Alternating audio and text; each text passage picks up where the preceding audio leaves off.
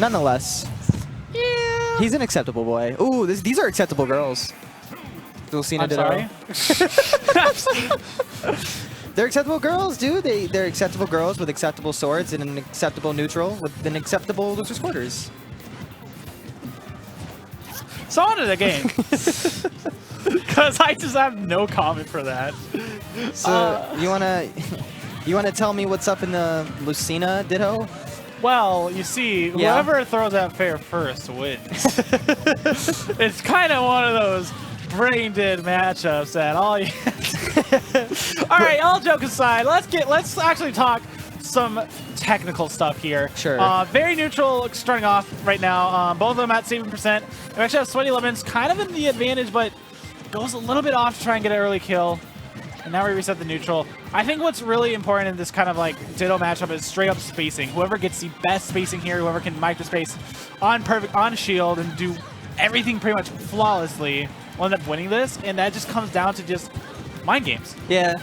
Because we saw a couple times already where like someone went for one move, it was shielded, and then the other person did the exact same move right back at them. Like it's like, oh hey, that move was nice. I can do that move. Yeah. What's interesting in Dittos is that like you start to learn from your opponent things that are working for them and not working for you, and you just adjust. That's why playing Ditto is so interesting to watch, especially in a. So I would say this is like a high tier-ish, you know, kind of match. Because like, you know, SweatyLemons and EarlofM, both very notable in the Chicago region. So both of them on PR, I believe, on APR. I know SweatyLemons is on like the Champagne PR. Yeah, the Champagne PR.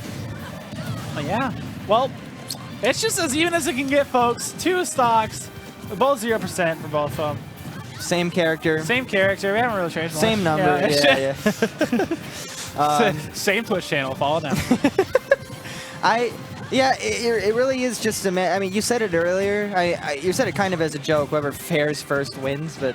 I'm not wrong. Yeah, you're not really wrong. I mean, yes, I am, but no. I mean, if you fare first and it's on shield and unsafe, you don't win. Any other scenario, you probably win. Yep, it's just they're basically they were the same percent. It was 0.4. Yeah, 0.4 of a difference. What? That's how close these guys. This is interesting because like SweatyLemons on a recent come up. EarlofM being a very long veteran. I'm pretty sure SweatyLemons played before, but it's one of those. He did. I think he's like I said, on the come up. You know, he's been playing, but now like being on the PR, being very notable, taking out some really good players in the Chicago region. Very interesting, but EarlofM always wanted to just be persistent. Yeah, absolutely.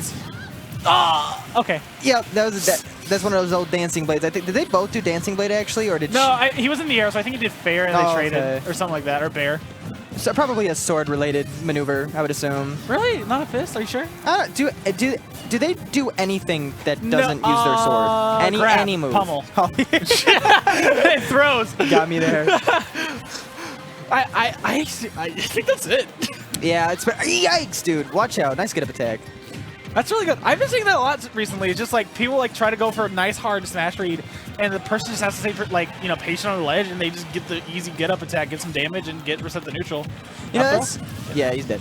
There's one thing I personally don't understand is Lucina's up smash, and I don't main this character, but like any opportunity where I could see up smash being a good move on if they're on a platform, I get it, because, up smash goes up. Obviously, it's in the name. But any other opportunity where someone is, like, landing, I'd rather F smash.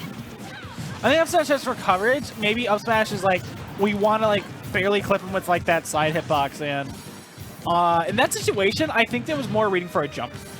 Yeah, okay, I can see that. Because, like, if you get that jump, that's an easy up smash kill. So... Well, all right, anticlimactic.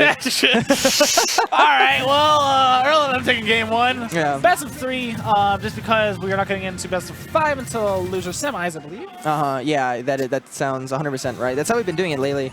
Lately, just the whole time. It's just we learned recently. Yeah. I was actually having a conversation with someone not too long ago, as if whether or not when the game starts getting even more familiar with people than it already is, if Smash tournaments are ever going to take less time, and my answer is probably no.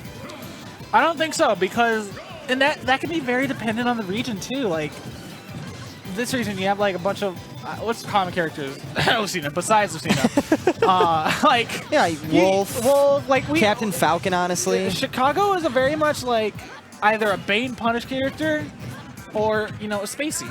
Yeah, the worst thing you could do against Captain Falcon is air dodge ever in your whole life. If that's not baity, I don't know what is. So, I don't know. Again, it depends on the region. Like here, it's just kind of like a little bit more laid back than some other regions. Other regions are just like, we go in, games don't last longer than 2 minutes, like, and they're done by 9:30. And here we are at midnight. The United States is like fumbling around with like Chrom and Marth and Lucina, and we see like a tier list in Japan that has like Greninja and Mega Man at like top 5, and we're like, what is this? Yeah, exactly. What did we miss? I think that's one of the fascinating things about Smash is just it's so different depending on just where you live. And, exactly.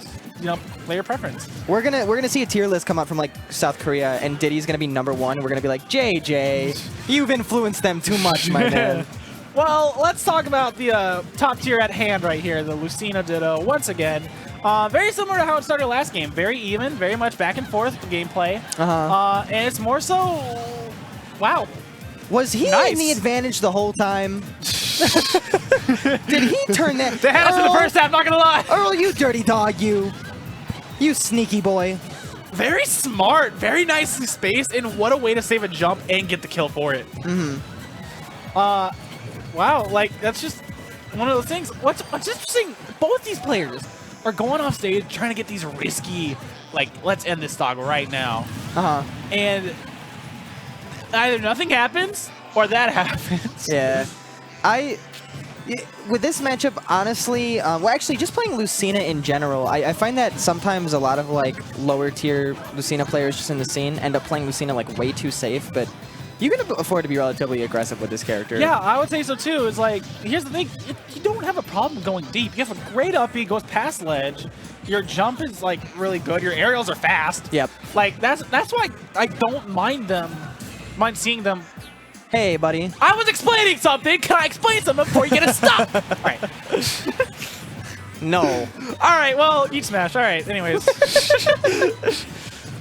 Like I was saying, Lucina's one of those characters that, like, she doesn't have a lot of risk in the air, and that's why you always see them jumping. Like, her airs are very safe, very well spaced, and, like, off stage, it's just tenfold. Yeah, literally, Lucina neutral is jumping and fast falling and nairing until somebody does something they shouldn't, and then you go, fair, fair, simplifying fair. this as much as we possibly can, because it's very much, again, a very much back and forth thing. It's like Lucina on paper is not a complicated character to play, but like playing her at a high level is. I would say implementing how you do that with your own unique neutral that can trick the other opponent. Yeah, that's where we're seeing here EarlofM kind of having the advantage over SweatyLemons. Is because, like, I feel like he's getting in his head a little bit more. I mean, that's, I held my breath. That's actually, honestly, a pretty good prediction. I mean, I think it depends how many projectile characters you've played Lucina against. Like, because I think a lot of the time that teaches you exactly, like, spacing, just sort of when you're supposed to go in with a character that obviously does not have a projectile like Lucina does. But in this matchup, where you can both sort of afford to be, like, well, not that unsafe, but you can afford a little risk. All right, let's a little risk here, a little risk there. Not risk there. No, it's too much risk. Too much risk. That's fine. I mean, he had the better skins. He won for a reason. The pot is now boiled over, and the food is ruined, and the stock is gone. You burnt my pancakes. You burnt my toast.